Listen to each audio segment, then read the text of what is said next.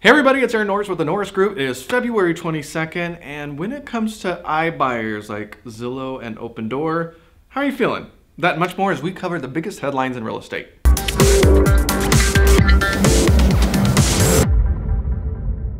Up on the radio show and podcast, we have Matt McFarland and Amanda Hahn, our friends over at Keystone CPA, talking about how the early tax season has gone so far, if people have been surprised or not surprised.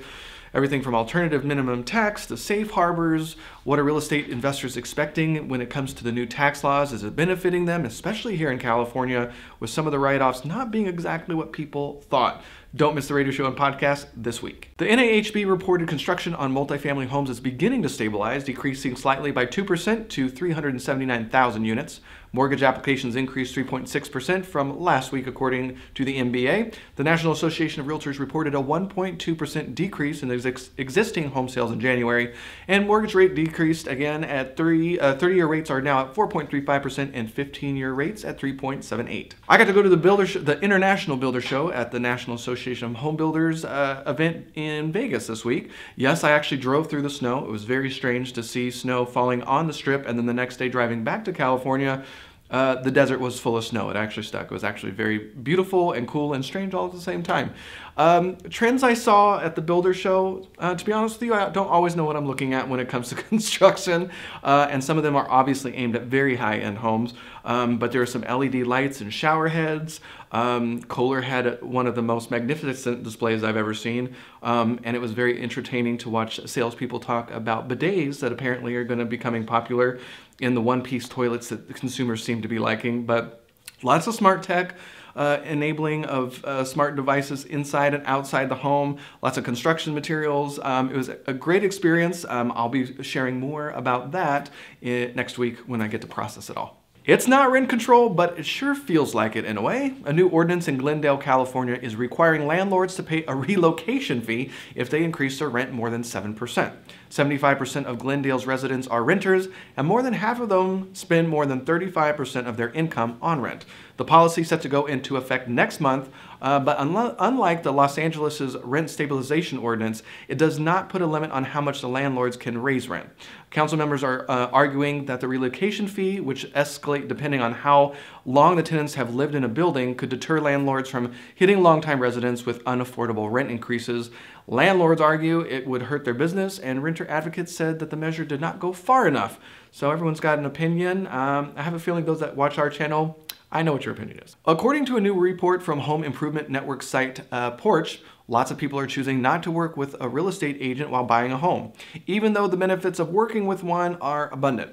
The report says 35% of millennials aren't using a real estate agent, and the top reasons is 60% of them said that they didn't want to do it because of cost. What may be just as shocking is baby boomers at 37.2% aren't using agents either, not because they would save money, but because 76.3% say they do a better job because they've been watching a lot of HD TV. Well, not that last part.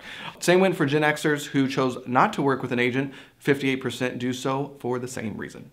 This week, Redfin asks how many trees could be saved by fully digitizing home closings. E-closings save time and stress, but has the potential to save quite a few trees. So how many exactly? Let's do some calcs. There were about 6 million home sales last year in the US, and about 4.8 million of them had a mortgage as part of the process. For the sake of simplification, let's just use the ones with the mortgages. The total documentation required to close a home sale generally totals around 200 pages on average, so basically over 950 million pages. A tree produces around 8,000 sheets of paper, so carry the 1, subtract the 3, comes out to 120,000 trees per year would be saved if we go all digital. And that's not even including ink. Let's go more digital. This week, Forbes tells us how landlords can prepare for the Gen Z tenants, the we generation. Here they come. They are frugal, want to participate and co-create, and tech-dependent and consume digital media in a different way.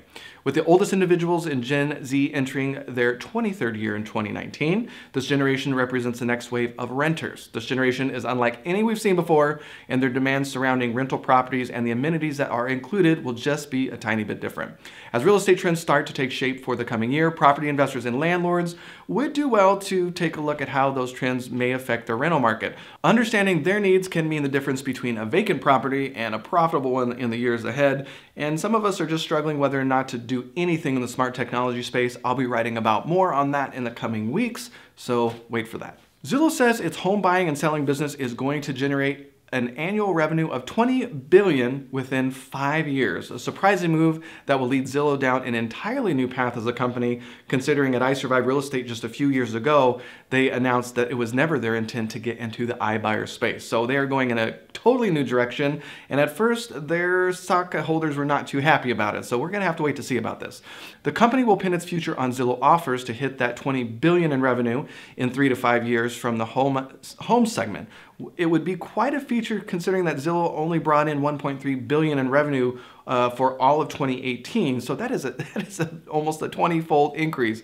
This is why we've in a quote by former CEO and founder Rich Barton, he's quoted as saying, "This is why we founded Zillow, to actually change the way people bought and sold houses and the way they found a new place." Well, Zillow projects that it will purchase 5,000 homes a month. The company has purchased 660 homes and sold 177 since Zillow Offers was launched in April of 2018. It's not in every market. Also keep in mind that OpenDoor, one of the leaders in the iBuyer space, is rolling out to several more markets. They just launched in Riverside. Their marketing is fantastic. It is one of the best marketing campaigns I've ever seen. The videos are funny and irreverent. Their mail pieces are beautiful, very simple to read, and very corporate, very CarMax meets real estate. And their digital advertising on Facebook is pretty outstanding. If you haven't experienced it, go to OpenDoor, the OpenDoor website, and then you'll start getting all those the Facebook ads. And I think real estate investors can learn a lot. So I'm interested to see how you're feeling about the iBuyer space, either as a realtor or investor. Are you in or are you out? Do you think that they're here to stay, as a lot of them have only been founded since around 2014, when things have been pretty good since 2014, but none of these companies are recession tested. I would love to hear what you have to say. If you're on YouTube, please leave a comment below, and don't forget to like the video and subscribe to the channel so you don't miss a beat. If you're on Facebook, please don't forget to not only like the Norris Group page, but don't forget to add us to your See First list and with notifications on. Leave your comments below the video, and if we miss something, share the story on our comment sections on either YouTube or Facebook, and we'll make sure to include it on our blog at thenorrisgroup.com/blog. We'd love to see you out and about at events coming up. February 28th, we'll be doing the real estate market update with the Moreno Valley Professionals. March 5th, 10 decisions to make before the downturn. That's with OC Phoebe.